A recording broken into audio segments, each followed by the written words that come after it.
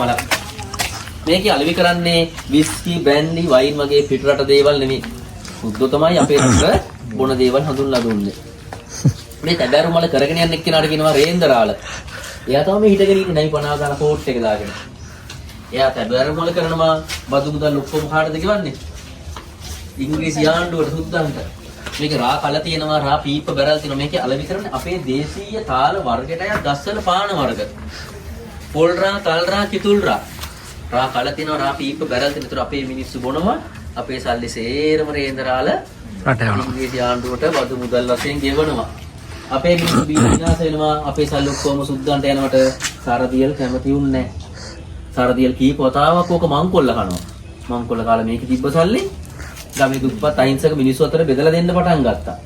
ඒක නිසා ඔය රේන්දරාල කියන එක්කනට ඔක තැබෑරු මල කරගෙන යන්න හම්බුන්නේ නැහැ. රේන්දරාලු තැබෑරු මල වහලා දානවා. සරදියල් ඉස්රෝ මංකොල්ල කෑවේ ඔය රේන්දරාලගේ තැබෑරු මල. ඕක තිබිලා තියන්නේ අරණාය කියලා අහලා තියෙනවනේ ඒක ප්‍රදේශය. අරණාය අම්බල හන්ද කියන ගමේ තමයි තිබිලා තියෙන්නේ. හරියටම කියනවා නම් අරණායක අම්බල හන්ද කියන ගම තමයි අන්න අර හන්දට මාර ඔබ මම නීතියට ගිහලා තියෙනවා. ඕන්න හන්දට තමයි අම්බල හන්ද කියන්නේ.